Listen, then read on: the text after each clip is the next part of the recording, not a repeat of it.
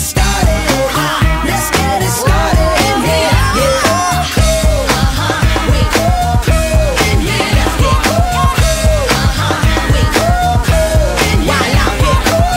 Yo, what is up there, guys? I'm the Wiz back at it again for another video. What we're going to be doing today is talking about that season finale of Star vs. The Force of Evil. A little bit of discussion right here, right now, so let's get right to it. Alright, I got my handy dandy little list right over here that I actually made while I was at work. See how professional I am. Alright, so first thing I want to go ahead and talk about is I like the fact that Star did not like being called Queen, and everyone was like saying, what do we do now, my Queen? What do we do now, my Queen? Star's like, no, no, no. It's acting Queen, because had she accepted that title of Queen, she'd basically be giving up on the fact that her mom is dead and something like that. But thanks to Eclipsa, Star knows that, you know, Queen Moon was out there somewhere. But what I found really interesting was how Star ended up chaining Eclipsa. I'm going to assume she did that mainly because, like, you know, okay, Eclipsa, you kind of screwed things up, and I really can't have you interfering with whatever I'm going to end up doing to Meteora. So I'm going to assume that's probably why Star had Eclipsa chained up. We can't have Eclipsa end up interrupting and causing another Moon situation like we just happened before. So, next up on the list right over here. Okay, when Star went ahead and had her little meeting and everything, one thing that I thought that was really interesting was how she ended up kicking out the High Commission, Romulus, Hekapoo, and the orb guy. Oh, God, I always forget his name. Nonetheless, though, I find that really funny. I'm wondering what their place is going to be for the remainder of the series, because Star doesn't trust those guys whatsoever. She's like, no, no, no, we don't need any liars at this table. So I'm wondering what's really going to become of them. Are they going to have any place within the kingdom or the throne at all? Or, you know, whatever. So that's pretty interesting to see what's going to go down with the High Commission. I mean, because if you think about it, it was the High Commission and the King who's really started this whole problem. Star Butterfly and her family are just kind of casualties in this whole messed up situation that occurred. So, what's going to go down with the High Commission is one of my questions that I have with this show.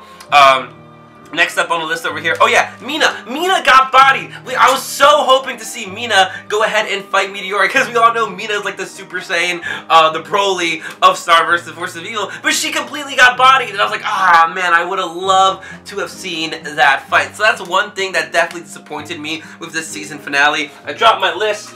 Let's see, what do I have over here that's next? Oh yeah, Team Marco, the Maleficent 7 or whatever, was an interesting team. I like how Hekapoo, even though she got kicked out of the table, she was still there to go ahead and help out Marco, showing that they do have a pretty good relationship. We had Kelly, we had Ponyhead. Ponyhead was completely useless, and I thought that was absolutely funny. And we had the Eagle Muscle guy there, and with him in the shades. Now, one thing like that really like had me thinking over here. We all know how Meteora had the whole laser eye thing. I can't believe they didn't think of the idea of, like, you know, what they do in the cartoons when they grab the mirror and if someone has a laser thing, it reflects and it hits them back. I'm surprised they didn't think of that idea whatsoever. They kind of did something like that with the shades, with covering Meteora's eyes, which was a good idea, so, you know, she can't suck up people's souls. But I'm really surprised they didn't come up with the whole mirror thing, you know what I'm saying? That would have been a really good idea. That would have made a lot of sense. See, I should be leading the Maleficent 7 or whatever. But Tom was extremely useful in this episode, and he wasn't like really being all Tommy like Naggy or whatever. So I gotta give some respect to Tom in the sense. Oh yeah, and he also looked like Zuko, so that was pretty funny and interesting. My girl Kelly went through, she pulled her own way, but ultimately everyone ended up getting bodied. And I find it really funny how we didn't really have any Kelko moments whatsoever. I mean, you know, things are pretty serious, but I was like, no Kelly/Marco moments? Alright, I see how it is. So let's see, next up on the list right over here. Oh, even before all this, when we had the whole Star versus, Marco thing, where Marco was trying to prove himself that, hey, I can totally handle any magic spell you got. When they were hugging, they were blushing. Ah, my God, come on, just get together. You're killing me with that. It's so obvious they got it. They got the hots for each other. But, moving on the list right over here. Okay, the confession of the kiss. When Marco was like, yo, Tom, I kissed your girl, bro. And then Tom was like, oh, okay. And then he just completely dipped, and we all thought like, haha, wow, that's funny. But I like, it's interesting because he took it so calmly. But it turns out that he didn't believe Marco. He was like, haha, Marco, I know you're just kidding. You just wanted to be, you just wanted to keep me safe or whatever like that. But you're my best buddy. And Marco's like, no, dude, I really kissed her. And Tom was like, oh, okay, so I'm kind of confused with Tom. So has he accepted the fact that Marco did kiss Star? Or is he still like in a sense of denial? And the fact that, you know, he found out through Marco and not through Star is, oh man, that's pretty bad. Nobody wants to hear that. Like obviously you'd want to hear that from your girl. You wouldn't want to hear it from your best friend or something like that. So I'm really wondering what the state of the relationship is going to be with Marco, Tom, and Star. They really need to go ahead and explore that, because Tom is just like, okay, like, are you going to let this slide? Are we not going to bring this up again? So that's one thing that definitely has me curious right over here, is the whole kiss thing. Next up, okay, Eclipsa. We got to talk about what went down with Eclipsa. So she took the wand, she killed her daughter. Now some people are saying that the spell was like, no, this was Eclipsa's plan. She meant to, that spell was going to turn her into a baby. I don't really know about that. Eclipsa was in pretty much of a shock. Sorry, I'm still dying. Eclipsa was pretty shocked when she heard the crying of the baby and seeing the baby, so I don't think that was planned whatsoever. I think she really meant to kill her, which was kind of drastic. I mean, like, you could have imprisoned her, you could have done something to maybe rehabilitate her, but I mean, I guess the whole restart button was the best way to go about it. But then again, Eclipsa Eclipsa didn't know that it was going to be a reset. Like, she literally cast that spell, like, boom. She was meant to die, but I guess we got lucky in a sense that Meteora managed to revert back to a baby. So that's, you know, I guess it is what it is. Now, of course, Eclipsa went to her husband at the end, which I'm very skeptical of, because, like, she, like, basically knew immediately where to go. So I'm seeing people saying all these things like, oh, this was Eclipsa's grand scheme the entire time to get Star's trust, to go ahead and get the wand and then go see her husband.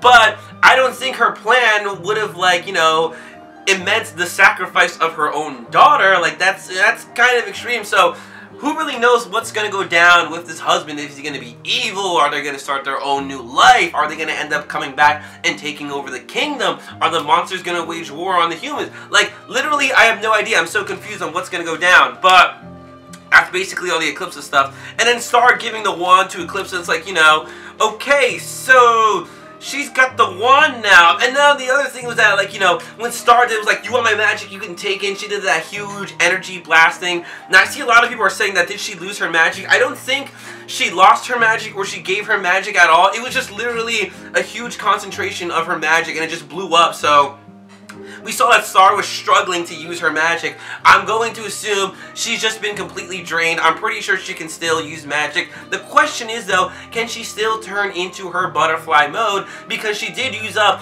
a lot of magic. So that's really the only question. I still believe she has magic. Maybe not as much as she has that she can turn to the butterfly mode. We're just going to have to wait and find out about that. And now, let's up over here. Okay, the last thing. Glossary. Glossary! Are you kidding me? Now, this... man. Glossary trolled the hell out of us. And I know people are going to say, oh, but Glossary was just trying to help. He was being Glossary. No, he was not being helpful whatsoever. Yes, he was saying, you know, Globglor, blah, blah, blah, Globglor, which was the name of Eclipsa's husband. But nobody knew that was the name of Eclipsa's husband, so he was just spouting out nonsense because nobody had any idea, any clue whatsoever that he was referring to Eclipsa's husband. So the whole Glossary thing was being helpful thing? No, I don't see how he was helpful whatsoever. He was faking it the entire time. Like the first thing he said when he got revived was Globglor. So yeah, I'm assuming Glossary can see into the future now, because this dude has predicted way too many things. Like, when he got burned from the book or whatever, he was like, you know, I knew this was going to happen. Still a little bit shocked, though. So, Glossary, I got trust issues. And the other thing, of course, is that, like, at the end, we see Glossary. Clearly, he's leaving with Eclipsa. When he does the umbrella thing, it's literally the exact same thing as Eclipsa. So, I'm starting to wonder, too, if like, Glossaryck's whole plan was to have Eclipsa regain the wand, regain the throne, and all that stuff, because, like, one thing that really bugs me out about this whole Glossaryck and Eclipsa thing is that Eclipsa, you know, like, saw Glossaryck or whatever, and Glossaryck was saying, Gloglar, Gloglar, so she knew he was mentioning her husband, so I don't know if that was maybe like some type of secret code, or maybe something with that. Like we do know that Eclipsa got free of her chains. What if Glossaryck was the one that freed Eclipsa of her chains? Just a thought, just pointing this out over here. I don't really know. I feel as though there could have been some little conspiracy there the entire time, because Glossaryck, I mean, Glossaryck sides with, like, whoever has the book, but the book is gone right now, so I'm guessing maybe he's gonna go with whoever's got the wand, and as of right now, Eclipsa's got the wand. So yeah, the whole Glossaryck, I have ideas and theories that I gotta go ahead and make other videos of, but one other thing I almost forgot to completely talk about is Queen Moon. Where is Queen Moon, my dude? She has been completely disappeared. She's gone. We don't know where she is.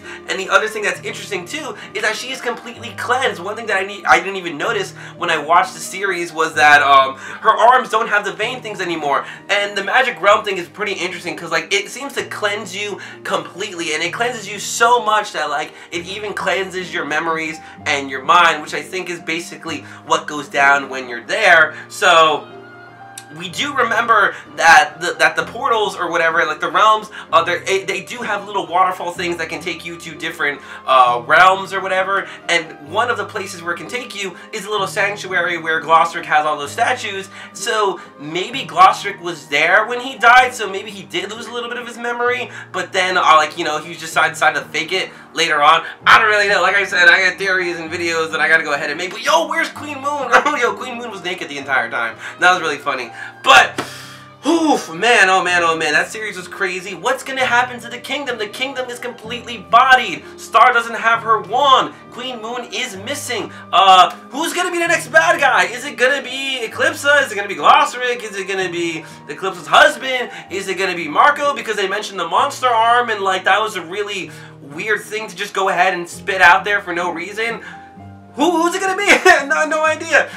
Oof, but guys, that is basically it. That's all the little things that I wanted to go ahead and talk about with this season finale, this little review discussion thing. I want to thank everyone who's been, you know, supporting the channel, sticking around for all the Star vs. Force of Evil stuff. I still have some other videos about Star vs. Force of Evil that I have to go ahead and make. So guys, if you like this video, make sure to give it a big thumbs up, as that really helps me out. And until next time, guys, I'm going to go ahead and say bye. Oh, I can't do the voice anymore. I forgot. I'm still saying bye, pal. Nope, still can't do it. Peace out.